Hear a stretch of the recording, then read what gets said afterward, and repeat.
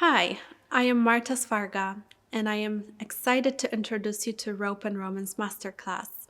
This masterclass covers the basics of dominance and submission.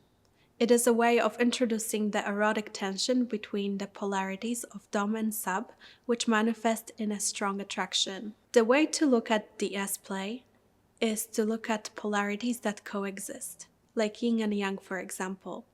One cannot exist without the other, and while they are not equal, each plays an equally important role in coexistence.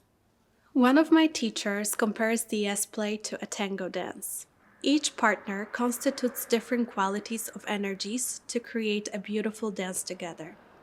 And just as in a dance practice, especially at the beginning, there may be times when the partners step on each other's toes. Similarly, in dominance and submission, there most likely will be moments of imperfection. So please be patient with your playmate and use challenges as opportunities for growth.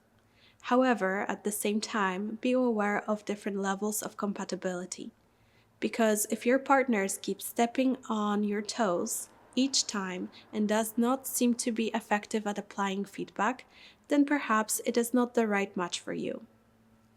DS is a self-interest play where each partner enters the experience out of their own free will for their own enjoyment. For this reason, it's important to find a partner whose level of skill is aligned with yours, so that way the experience can be enjoyable for everyone. The dominance and submission dynamic is very much like a play, and it is not an accident that an encounter in a kink realm is often referred to as a scene. Just like in a movie scene, each actor or player embodies certain characteristics. For the scenario of rope bondage, the person doing the tying is the top, who embodies qualities of a dom.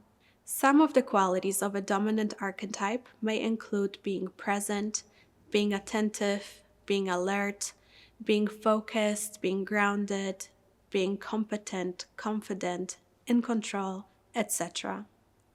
On the opposite hand, the person who is being tied up would assume the position of a bottom, or the submissive archetype.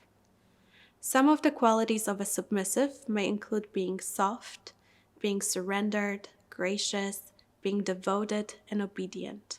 Again, just like in a movie scene, each DS scene is pre-designed and pre-negotiated by both parties beforehand. The negotiation of a scene can be done in a formal manner as a written and signed document, or it can simply be a verbal agreement between both partners. It is important to be as specific about the details of a scene as it is possible in order to minimize room for error and potential conflict. Scene negotiation fosters an opportunity for open and transparent communication. When negotiating a scene, it's important that both partners come to a consensual agreement about what is and what is not going to happen. It is time to talk about their intentions, desires, boundaries, and aftercare. Let's start with setting intentions for the scene. An intention for a person entering a bondage scene as the top could be simply to embody dominant energy, to practice rope bondage skills, to give the submissive a sensual experience, to woo their date and blow their mind with some incredible rope skills, or any other reason that is true of why someone would be interested in engaging in the rope bondage play. The same goes for the bottom.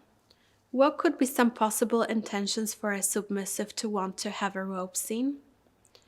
For example, to experience surrender, to let go of control, to feel held and taken care of, or to be tied up and to meditate on the sensations of rope against the skin, etc. After exchanging intentions, it's important to talk about desires.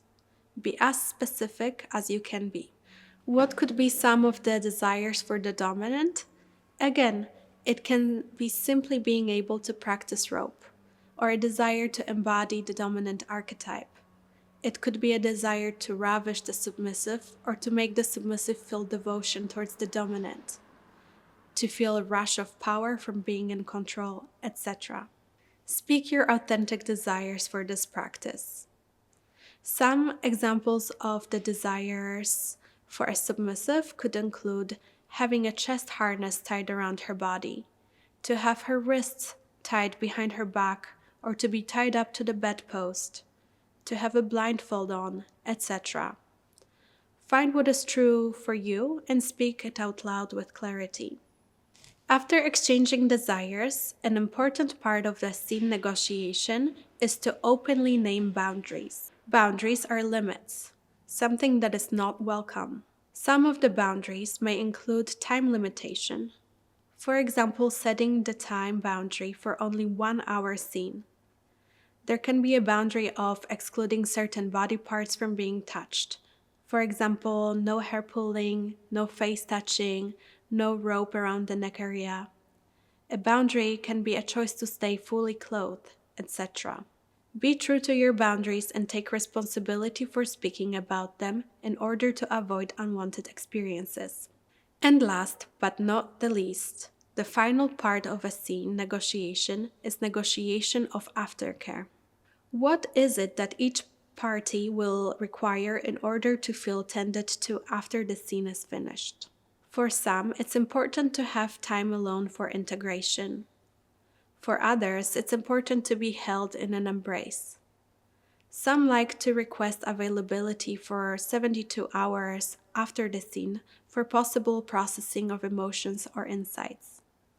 And aftercare may include having lunch together the next day. It is all very unique to each individual to negotiate the exact aftercare they need. Each party takes full responsibility for co-creating this experience and making it mutually enjoyable. Only when the couple is in consent and accord, they may begin having a scene. When it comes to communication style during the scene, it is good to keep it very simple, so that way the submissive can stay in her experience, rather than leaving the experience while having to explain logically using full sentences to describe a story of what's going on for her. As mentioned before, an admirable quality of a dominant is to be attentive to the submissive by checking in with her frequently about how she is doing throughout the experience. Traditionally, the submissive would communicate her state by using traffic light signal as an indicator. Green means that all is well, let's keep going. Yellow means let's slow down, there may be a need for some adjustments. And red means stop immediately. The words yellow and red are available to the submissive at any point. If the sub needs recalibration, she can call out yellow anytime. And anytime she feels like she is reaching her limit, it is her responsibility to use the safe word that will stop the scene. Often the safe word is red, but it can be any other substitute word of your choice that you and your partner agree to be the safe word for your scene. So now that you have a better idea of the dominance and submission dynamic, I invite you to play with embodying these archetypes. Think about what you like to wear to project your archetype. What would you like to be called as a dom? Would you like to be referred to as sir or daddy? If you're a sub, do you want to be baby, princess, bunny, brat? You'll decide. Whatever turns you on goes. If you're new to rope bondage and you're curious how you can implement conscious and intentional rope bondage skills to your DS play, click the link below to access the Rope and Romance program. It is a 4-part tutorial designed for couples.